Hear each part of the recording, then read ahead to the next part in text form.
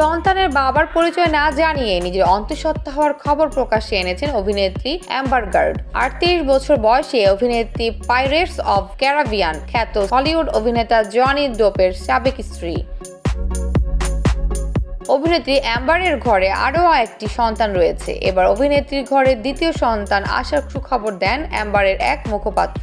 সম্প্রতি পিপলস ম্যাগাজিনকে সেই মুখপাত্র বলেছেন, গর্ভাবস্থার বিষয়টি এখনো প্রাথমিক পর্যায়ে, তাই খুব বেশি বিস্তারিত এখনই জানাতে চাচ্ছি না। তবে অ্যাম্বার তার তৃতীয় সন্তানকে স্বাগত জানাতে প্রস্তুত। 2011 সালে সারোগেসির মাধ্যমে প্রথম সন্তান আসে অ্যাম্বারের ঘরে। এখন সেই সন্তানের বয়স 3 বছর, নাম ওনাক প্রাইজ।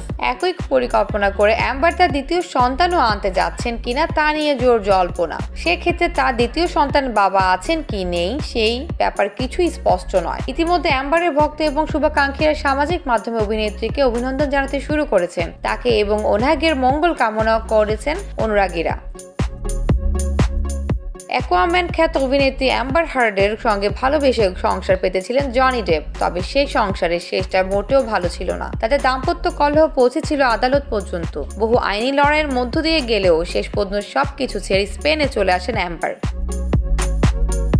সন্তানের বাবার পরিচয় না জানিয়ে নিজের অন্তঃসত্ত্বা হওয়ার খবর প্রকাশ্যে এনেছেন অভিনেত্রী অ্যাম্বার হার্ড। 38 বছর বয়সী এই অভিনেত্রী পাইরেটস অব ক্যারিবিয়ান খ্যাত হলিউড অভিনেতা জনি ডেপের সাবেক স্ত্রী। অভিনেত্রী অ্যাম্বারের ঘরে আর একটি সন্তান রয়েছে। এবার অভিনেত্রীর ঘরে দ্বিতীয় সন্তান আসার সুখবর দেন অ্যাম্বারের এক মুখপাত্র।